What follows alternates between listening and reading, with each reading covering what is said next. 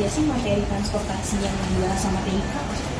Ya aku kurang paham jujur. Iya sih, tadi pembahasannya kayaknya kurang masuk ke aku. Kemana? Nggak masuk. Bagaimana kalau misalnya nanti malam kita adain Zoom meeting buat bahas materi transportasi? Iya, Boleh. oh mau jam berapa? Jam jam berapa nih gimana? Gas ya. Dan Oke. oke. Iya. Gimana kalau kita ngajak ini Hilman? Oh iya, mungkin dia lebih ngerti kali ya. Oke. Boleh sih. Nanti kita kabarin aja sama dia. Oke. 2,000 years later. Hai semuanya. Halo. Hai. Ini di sini udah pada masuk belum ya? Kayaknya udah deh. Udah, Oh, kok udah? udah deh kayaknya. Tinggal Hilman nggak sih? Oh iya. Anak coba ajak Hilman suruh join. Oke, ntar ya. Udah aku suruh join. Tinggal tunggu aja. Oke. Oke.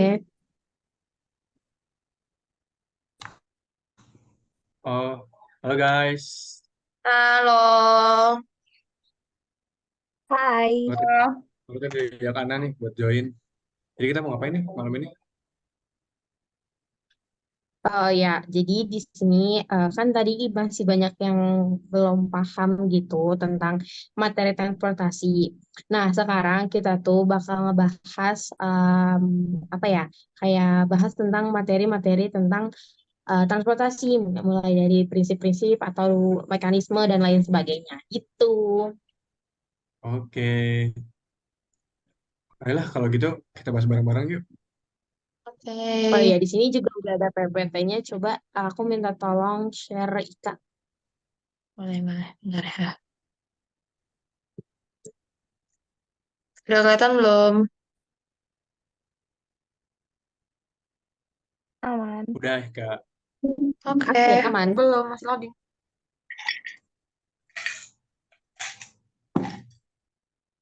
Nah, di sini aku akan mulai pertama ya. Jadi aku bahas tentang transportasi terlebih dahulu. Oke, sebelumnya biar enak, aku akan buka dengan salam dulu ya guys. Oke, Bismillahirrahmanirrahim. Assalamualaikum warahmatullahi wabarakatuh. Waalaikumsalam. Waalaikumsalam.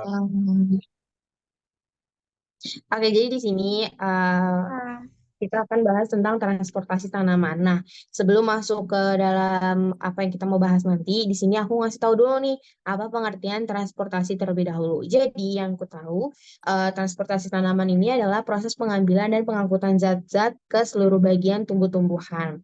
Nah, selanjutnya itu aku akan membahas tentang eh, prinsip prinsip apa ya namanya itu prinsip air transportasi air prinsip transportasi air dan nutrisi dalam jaringan pembuluh. Nah, selanjutnya,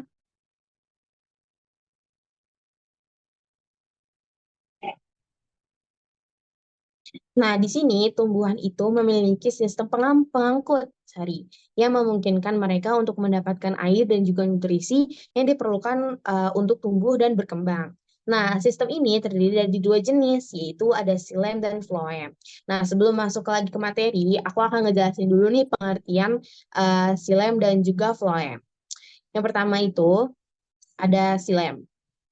Xilem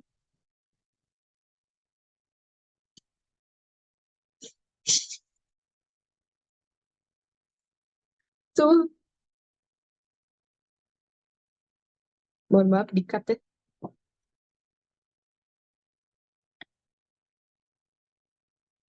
Hmm. Nah, di sini aku akan ngejelasin terlebih dahulu tentang xilem. Xilem adalah jaringan pembuluh tumbuhan yang mengangkut air dan mineral dari akar ke bagian atas tumbuhan, termasuk batang dan juga daun. Nah, proses ini sering dikenal dengan sebagai pengangkutan air. Nah, sedangkan floem ini adalah pembuluh yang mengangkut zat makanan seperti gula dan asam amino dari daun dan bagian tumbuhan yang melakukan fotosintesis ke bagian lain yang memerlukan nutrisi. Nah, selanjutnya aku akan menjelaskan nih bagaimana cara air ini bisa sampai ke daun. Nah, yang pertama ini air itu akan diserap oleh rambut-rambut akar. Nah, kemudian air itu akan masuk ke sel epidermis melalui proses secara osmosis. Nah, osmosis ini adalah proses perpindahan molekul air atau zat pelarut dari konsentrasi rendah ke konsentrasi tinggi. Nah, selanjutnya air itu akan melalui korteks. Korteks ini adalah bagian terdalam dari batang atau akar tumbuhan yang dibatasi di bagian luar epidermis. Nah, dari korteks ini, air itu kemudian uh, melalui dari korteks, air kemudian melalui endodermis dan perisekel. Nah, selanjutnya air itu masuk ke jaringan silem yang berada di akar setelah tiba di silem akar, air ini akan bergerak ke silem batang dan ke silem daun. Nah, air ini dapat diangkut naik dari akar ke bagian tumbuhan yang lebih tinggi dan diedarkan ke seluruh tumbuh-tumbuhan itu karena adanya daya kapilaritas atau kapilaritas batang. Nah, sifat ini tuh sama seperti pada pipa kapiler. Nah, daya kapilaritas batang ini dipengaruhi oleh adanya gaya kohesi dan adhesi. Nah, di mana kohesi ini adalah kecenderungan suatu molekul dapat berikatan dengan molekul lain yang sejenis. Nah, sedangkan kalau adhesi ini sama kecenderungan suatu molekul untuk dapat berikat dengan molekul, tapi kalau ini tuh molekulnya tidak sejenis. Jadi kecenderungan suatu molekul untuk dapat berikat dengan molekul yang tidak sejenis. Nah, melalui gaya adhesi, molekul air ini terbentuk ikatan yang lemah dengan dinding pembuluh. Nah, sedangkan kalau misalnya melalui gaya kohesi akan terjadi ikatan antara satu molekul air dengan molekul air lainnya. Hal ini itu akan menyebabkan terjadinya tarik menarik secara molekul air yang satu dengan molekul air lainnya di sepanjang pembuluh silem. Nah, selain disebabkan oleh gaya kohesi dan adhesi ini, naiknya air ke daun disebabkan oleh penggunaan air di bagian daun atau yang disebut dengan daya hisap daun. Nah, air ini dimanfaatkan oleh tumbuhan dalam proses fotosintesis. Pada daun air juga mengalami penguapan. Nah, penguapan air oleh daun ini disebut dengan transpirasi. Nah, penggunaan air oleh bagian daun akan menyebabkan terjadinya tarikan terhadap air yang berada pada bagian silem, sehingga air ini ada pada akar dan dapat naik ke daun. Nah, selanjutnya, jika air sudah naik ke daun, maka dapat terjadi proses fotosintesis yang menghasilkan oksigen dan juga glukosa. Nah, selanjutnya akan dijelaskan oleh Hilman. Oke, di sini aku mau lanjutin tentang materi yaitu prinsip transportasi fotosintat dalam jaringan pembuluh. Nah, sebelum kita masuk ke materinya, apa sih itu fotosintat? Jadi, fotosintat adalah hasil proses fotosintesis pada tumbuhan. Nah, tanaman menangkap energi cahaya matahari melalui klorofil dan menggunakan energi tersebut untuk mengubah karbon dioksida dan air menjadi glukosa dan oksigen melalui serangkaian reaksi kimia kompleks yang tadi sudah dijelaskan oleh Ratna. Nah, jadi terjadinya penaikan air dari akar yang dilakukan oleh silem melalui daun itu merupakan serangkaian terjadinya proses fotosintesis. Nah, glukosa yang dihasilkan selama fotosintat berfungsi sebagai sumber energi untuk pertumbuhan dan perkembangan tanaman. Sementara oksigen yang dihasilkan oleh fotosintat itu dilepaskan atau terjadi transpirasi ke atmosfer untuk dimanfaatkan oleh organisme lain. Contohnya seperti hewan atau manusia gitu. Nah, lanjut. Nah, glukosa. Glukosa yang berlebih itu akan disimpan dalam organ cadangan makanan pada tumbuhan itu sendiri. Nah, contohnya seperti umbi batang, umbi akar atau buah. Jadi kenapa sih kadang kita makan buah nih, contohnya apel atau apapun yang rasanya manis, itu tuh glukosa pada tanaman yang dihasilkan dari rangkaian fotosintesis itu disimpan tuh dalam buah buah tersebut. Jadi ya cadangan glukosa yang berlebih itu disimpan pada cadangan makanan yang biasanya ada di buah gitu. Terus proses penyebaran fotosintat disebut dengan translokasi.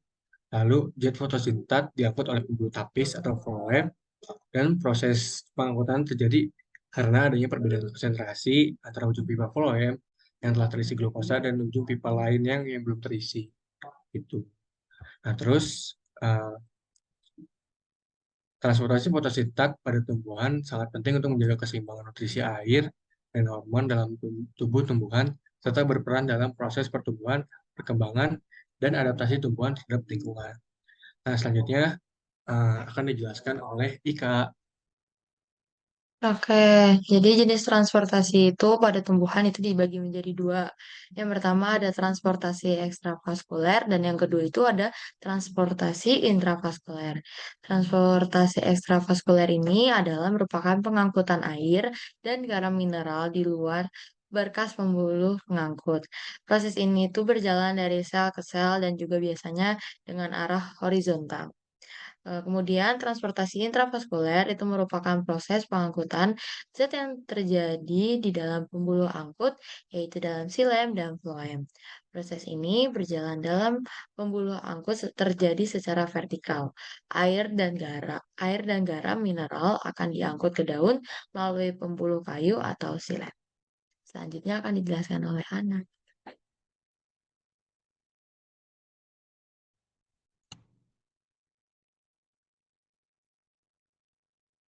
Nah, selanjutnya kita ke jenis bentuk mekanisme jaringan pembuluh dalam transportasi.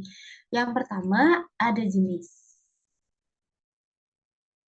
mekanisme jaringan pembuluh dalam transportasi ada dua, yaitu silem atau pembuluh kayu dan floem atau pembuluh tapis.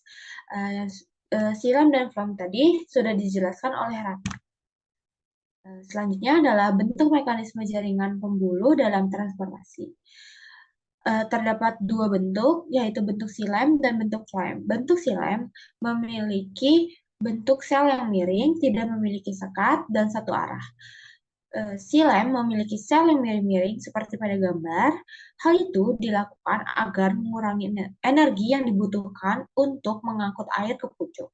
Sedangkan bentuk floem memiliki bentuk tabung dan memiliki sekat, bekerja secara dua arah dan juga secara vertikal serta horizontal. Selanjutnya akan dijelaskan oleh Najla. Oke, selanjutnya ada mekanisme jaringan pembuluh dalam transportasi. Mekanisme ini dibagi menjadi tiga, ada transportasi tingkat seluler, transportasi jarak dekat, dan transportasi zat jarak jauh. Transportasi tingkat seluler ini adalah proses keluar masuknya air oleh sel, seperti absorpsi air dari mineral ke sel akar. Bagian sel yang mengatur aliran molekul air keluar dan ke dalam sel yaitu ada membran plasma, membran yang membatasi dinding sel dengan sitosol, ada tonoplasma, membran yang menyelimuti vakuola sentral sel, dan plasmodesmata, saluran terbuka yang ada di dalam dinding sel. Kedua, ada transportasi jarak dekat, yaitu transportasi zat dari sel ke sel pada tingkatan jaringan dalam suatu organ. Disebut juga sebagai transportasi lateral, arahnya sepanjang sumbu radial organ tubuhan. Terdiri dari 3 lintasan, yaitu lintasan transmembran, lintasan simplastik, dan lintasan apoplastik. Yang terakhir ada transportasi zat jarak jauh, yaitu transportasi antara organ dalam kesatuan keseluruhan tumbuhan.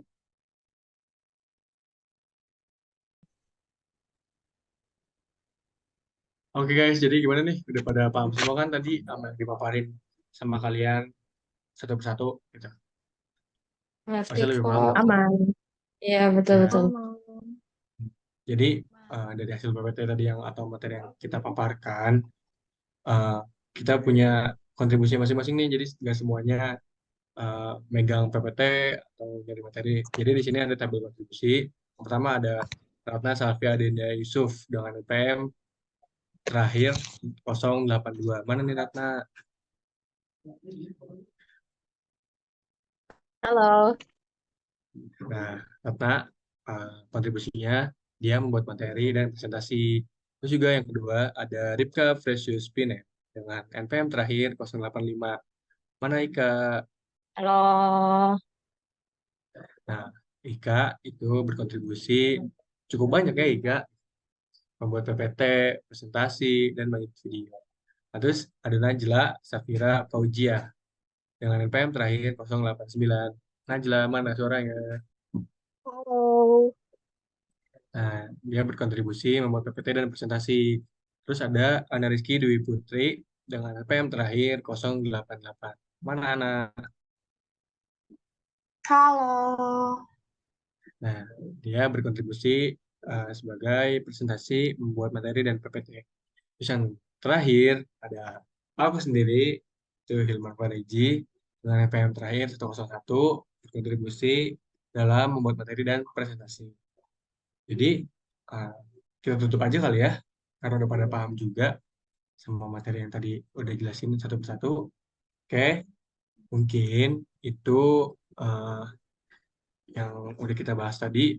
Semoga bisa jadi manfaat buat kita semua dan juga yang bakal nanti nonton presentasi kita. Kita tutup aja mungkin. Sekian dari kami semua. Wassalamualaikum warahmatullahi wabarakatuh. Waalaikumsalam Dadah guys, warahmatullahi terima kasih Dadah, banyak guys. sudah join. Terima kasih banyak semuanya. Terima kasih banyak. See you.